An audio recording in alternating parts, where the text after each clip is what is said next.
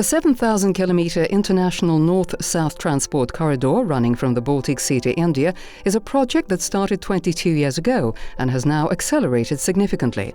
Modern transport and logistics infrastructure will create an economic corridor linking the Eurasian Economic Union, South Caucasus and Central Asian countries with the Indian Ocean. The north-south corridor therefore plays a crucial role in connecting the region's landlocked countries. The International North-South Transport Corridor is a vital link in the Eurasian transport network and in the logistical structures we are building for the future. Its key advantage is in connecting the east-west transport corridors and routes running through the region. In other words, the North-South Corridor is also crucial to the new west-east logistics. The corridor is used for international road transport from the European Union via Turkey and Azerbaijan for new container freight services.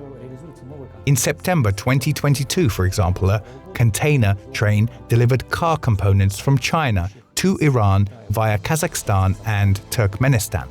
Last year, the Eurasian Development Bank conducted a study of cargo flows suggesting that this corridor could potentially attract between 15 and 25 million tons of freight traffic. This includes a range of cargoes from containers to grain and from metals to woodworking items. The North-South Corridor is not just an alternative to the Suez Canal route. It represents a huge improvement in logistics for the Caspian states, since it splits into 3 branches in the Caspian region itself. A western route from Russia to Iran via Azerbaijan, an eastern route along the eastern shore of the Caspian Sea via Kazakhstan and Turkmenistan, and a trans-Caspian route serving ferry and container lines crossing the Caspian Sea.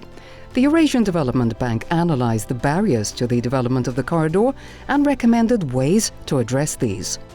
There are more than 40 barriers limiting transport and border crossing along the international north-south transport corridor. These can be divided into 2 groups: infrastructural and non-physical. Infrastructural barriers include critical bottlenecks and missing links. No physical barriers are those related to the lack of harmonized border crossing procedures, insurance and payment problems, failure to observe authorized economic operator procedures, and the underused single-window model. Finally, international road transport companies face problems obtaining visas for their drivers and haulage permits. Moreover, there is no mechanism for ensuring coordinated management of the corridor's development. Developing the international north-south transport corridor requires investment. Most of the projects are concentrated in the Caspian and Caucasus regions. The most capital-intensive of these are rail and road development projects. It would be impossible to develop infrastructure along the corridor without the active participation of governments, not only in financial terms. Nevertheless, Eurasian Development Bank analysis shows that there are many projects linked to the North-South Corridor that could interest commercial investors, including on the base of public-private partnership. The Eurasian Development Bank's analysts have identified more than 100 investment projects that will improve the international north-south transport corridor. In terms of priority, these can be split into 3 groups. The first group includes high-priority projects that address critical bottlenecks and missing links, for example, the completion of Iran's Asht-Astara railway, the construction of roads around cities, and the development of border crossing infrastructures, logistics centers, and roadside facilities. It should be noted that a significant part of the investment in the North-South Corridor is from the public sector.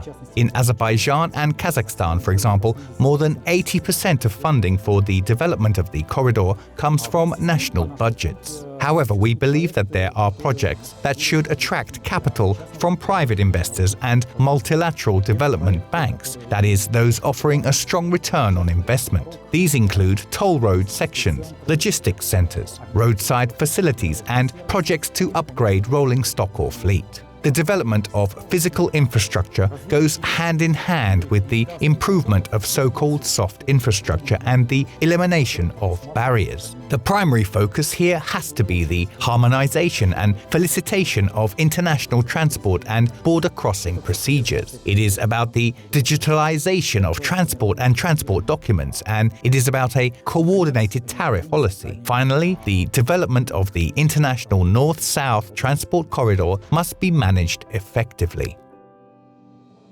The EDB, which has been working steadfastly to develop the Eurasian transport network for some years, believes that the rapid growth of Eurasian transport links and greater economic and trade connectivity along the north-south corridor would create a multitude of investment opportunities.